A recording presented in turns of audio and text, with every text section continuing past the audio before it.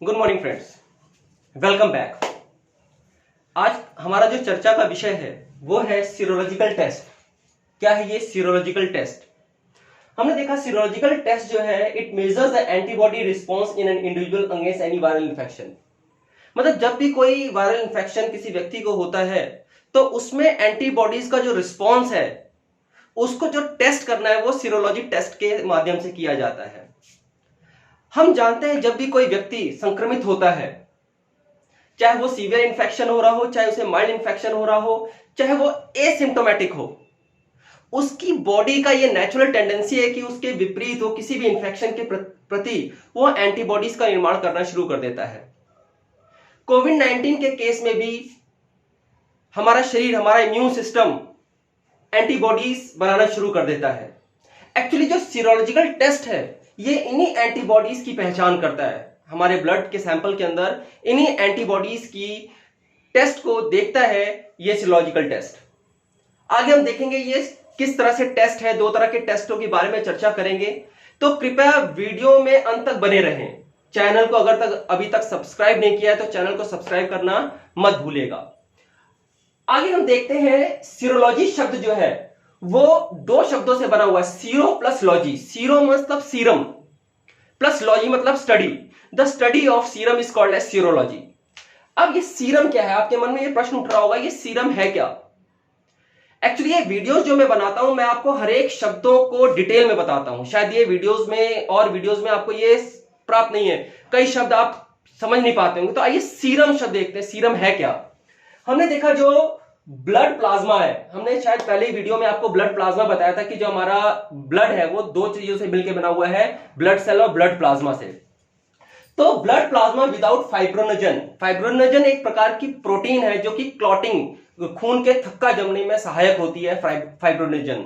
तो हमने देखा ब्लड प्लाज्मा विदाउट फाइब्रोनोजन एक क्लॉटिंग फैक्टर है, इंक्लूड्स ऑल एंटीबॉडीज। अब हमने देखा कि ये सीरम है क्या, इसमें सभी एंटीबॉडीज हैं, प्रोटीन्स हैं, इलेक्ट्रोलाइट्स हैं, ड्रग्स हैं, हार्मोन्स हैं, एंटीजेंस हैं, बट इसमें है क्या नहीं। इसमें जैसे मैंने पहले आपको बताया था, सीरम में फाइब्रोनोजन प्रोटीन नहीं है, आरबीसी नहीं है, डब्ल्यूबीसी नहीं है और प्लेटलेट्स नहीं है। मतलब हमने देखा सीरम जो है एक पार्ट ऑफ द ब्लड ही है, एक पार्ट ऑफ द प्लाज्मा ही है। अब इसको ऑब्टेन कैसे किया जाता है, कैसे सीरम ऑब्टेन किया जाता है? हमने देखा कि जब ब्लड सैंपल को किसी को ऐसे छोड़ दिया जाता है तो ब्लड क्या हो जाता है, थक्का जम जाता है, क्लॉट करता है, इसको ब्लड क्लॉटिंग कहते हैं। अब जब ये ब्लड क्लॉट हो जाता है तो हमने देखा कि इसको सेंट्रिफ्यूगेशन मशीन में जब इसको टर्न किया जाता है, बहुत तेज से घुमाया जाता है, तो जो ब्लड सेल्स वगैरह वो नीचे बैठ जाते हैं और ऊपर जो सुपरनेटेंट क्या हो गया, जो ऊपर एक लेयर आ जाती है वो सीरम कहलाती है। अब इस सीरम में हमारे एंटीबॉडीज उपस्थित होते हैं, इन्हीं सीरम से हम एंटीबॉडीज का डिटेक्शन करते हैं। फिर उसके बाद हमने देखा कि जो टू टाइप्स ऑफ टेस्ट की हम बात कर रहे थे कि हम सीरोलॉजिकल टेस्ट में करते क्या है। जो पहला टेस्ट है वो है आरटीपीसीआर। आरटी का मतलब हो गया है रिवर्स ट्रांसक्रिप्टेज, पीसीआर का मतलब हो गया पॉलीमरेज चेन रिएक्शन। ये जो आरटीपीसीआर मेथड है ये एक्चुअली रिसर्च पर्पस का है, ये हम एक्चुअली डायग्नोस्टिक टेस्ट नहीं है, एक रिसर्च टेस्ट है जिसमें हम एक जीन को एम्प्लीफिकेशन करते हैं। जो पीसीआर टेक्निक है एक्चुअली क्या करते हैं, हम किसी डीएनए में से जीन्स को एक्सट्रैक्ट करके, जैसे हमने देखा कोविड-19 के केस में आरएनए वायरस होता है, जो जेनेटिक मटेरियल है वो आरएनए है, आरएनए को हम कई फोल्ड मल्टीप्लाई करते हैं। मतलब एक्चुअली जो पीसीआर टेक्नोलॉजी है वो क्या है, जीन एम्प्लीफिकेशन टेक्नोलॉजी है।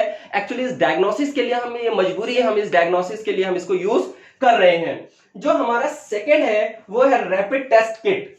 रैपिड टेस्ट किट, हम पीसीआर की बात इसलिए नहीं कर रहे हैं क्योंकि पीसीआर एक बायोटेक्नोलॉजी का बहुत बड़ा टूल है। इसको अंडरस्टैंड करने के लिए आई थिंक बड़े कॉम्प्लिकेशन आपके वर्ड्स हैं which is part to understand. Let us understand a simple method जो हम देखें, rapid test kit. Rapid test kit क्या है? हमने देखा है, अगर हमारे पास एक डायग्राम बना हुआ है, होपफुली हमारे पास रैपिड टेस्ट किट है नहीं अवेलेबल, तो हम डायग्रामेटिक वे में आपको एक बताना चाहते हैं। It is just like a pregnancy kit. हमने देखा कि उसमें जैसे प्रेगनेंसी किट में हम यूरिन सैंपल डालते हैं और उसमें लाइनें आती हैं, एक कंट्रोल की लाइन आती है और एक पॉजिटिविटी की लाइन आती है, उसी तरह की एक किट है हमारे पास जिसको हम कहते हैं rapid test kit. Rapid test kit में हमने देखा एक सिंपल एक किट है, उसमें दो ग्रूव्स बने होते हैं, दो होल्स बने होते हैं, एक में हमारा सैंपल डाला जाता है और एक में हमारा बफर सोल्यूशन डाला जाता है। हम देखेंगे बफर का क्या काम होता है, और एक लंबी सी ग्रूविंग होती है जिसके अंदर ये सैंपल ट्रेवल करता है। अब हमने देखा कि जो सबसे ऊपर वाली लाइन आपको दिख रहा होगा सी या कंट्रोल लाइन, ये आपकी जो कंट्रोल लाइन या जो सी लाइन है, ये ऑथेंटिसिटी बताती है कि आपका जो टेस्ट है वैलिड है या नहीं है। अगर ये किट में सी लाइन नहीं आ रही है, इसका मतलब आपका टेस्ट वैलिड नहीं है। अगर सी लाइन आ रही है, इसका मतलब आपका टेस्ट वैलिड जा रहा है। अगर हमने देखा कि अब यहाँ पे जो कोविड-19 के केस में है, दो एंटीबॉडीज टेस्टिंग करते हैं, हम कहते हैं आईजी, स्मॉल जी है आईजीजी। आईजी मतलब, आईजी का मतलब है इम्यूनोग्लोबिन जी, एक एंटीबॉडी का नाम है इम्यूनोग्लोबिन जी, और एक है आईजीएम मतलब इम्यूनोग्लोबिन एम। तो दो एंटीबॉडीज के लिए हम टेस्ट करते हैं।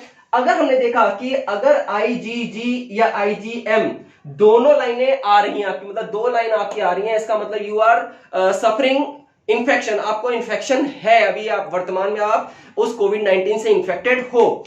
अगर आपकी आईजीएम मतलब ये प्राइमरी इन्फेक्शन बता रहा है कि you are infected for the first time, और ये इन्फेक्शन आपको प्राथमिक रूप से हुआ है, तो एक लाइन आएगी आईजीएम।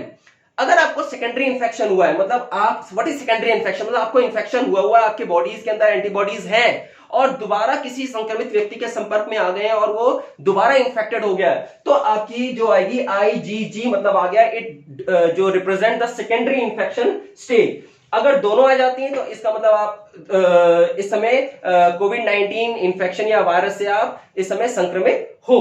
तो हम बात कर रहे थे कि एक ग्रुप में हमने सैंपल डाल दिया, जो ब्लड सैंपल है वो हमने उसमें ग्रुप में डाल दिया, 6 टाइप का है, उसमें हमने डाल दिया सैंपल ड्रॉप। अब हमने जब बफर डाला तो बफर एक्चुअली क्या करता है, इस ब्लड सैंपल को इस किट के अंदर ट्रेवल करने में सहायता प्रदान करता है। जो बफरिंग क्या है, बफर जो है वो बफर सोल्यूशन है, ड्रॉप डालते हैं, वो क्या करेगा, सैंपल को ट्रेवल करेगा और ये लाइन यहां पे हमें नजर आएगी। तो ये रही हमारी रैपिड टेस्ट किट। एक्चुअली ये 15 मिनट का टेस्ट होता है, रैपिड नाम इसलिए पड़ा क्योंकि 15 मिनट के अंदर ये हमें रिजल्ट प्रदान कर देता है, इसलिए इसका नाम रैपिड टेस्ट किट की बात कही। सी का हमने बताया कि ऑथेंटिसिटी आपकी बताती है।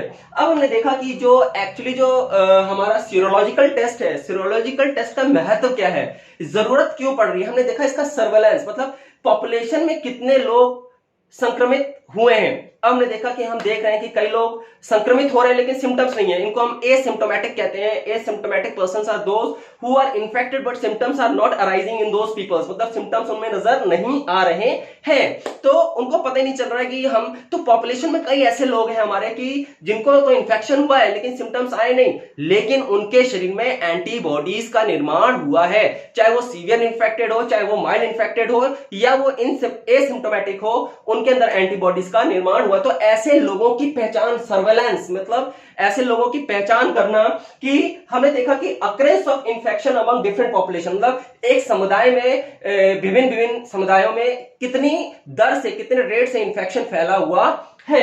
दूसरा हमने देखा how many peoples have mild और एसिम्प्टोमेटिक इन्फेक्शन। तो अब हमने देखा कि मान लो आईजीएमएम आ रही है, मतलब प्राइमरी इन्फेक्शन आ रहा है, तो हम इससे पता कर सकते हैं कितने लोग प्राइमरी इन्फेक्शन में है या एसिम्प्टोमेटिक है अभी।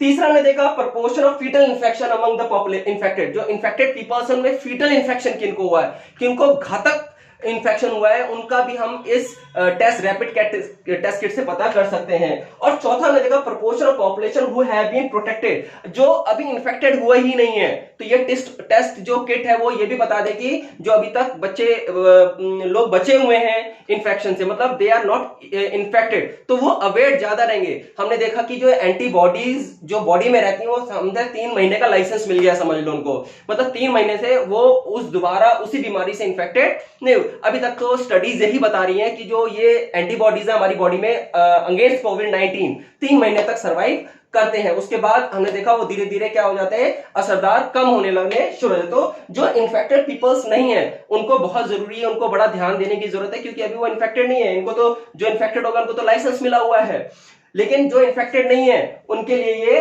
पहचान बहुत जरूरी कि दे हैवंट बीन इन्फेक्टेड। तो ये टेस्ट जरूरी नहीं है कि जो इन्फेक्टेड लोग हो गए हैं उन्हीं को ही कराना है, मतलब ये टेस्ट वो लोग भी करा सकते हैं जो इन्फेक्टेड नहीं है, ये पहचानने के लिए कि हाँ भाई अभी हमें इन्फेक्शन, अभी ना प्राइमरी ना सेकेंडरी को इन्फेक्शन हुआ है।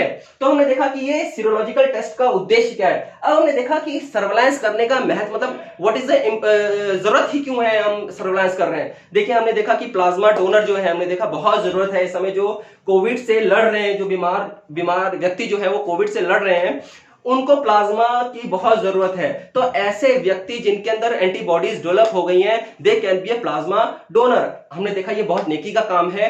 हर एक व्यक्ति जो ऐसा है वॉलेंटरीली खुद सामने आए और प्लाज्मा डोनेट करे। आप किसी की जिंदगी बचाने के लिए आप एक समाज में एक बड़ा किरदार निभा सकते हैं। तो आशा करते हैं आपको ये वीडियो जरूर पसंद आई होगी। तो प्लीज चैनल को सब्सक्राइब करना मत भूलिएगा।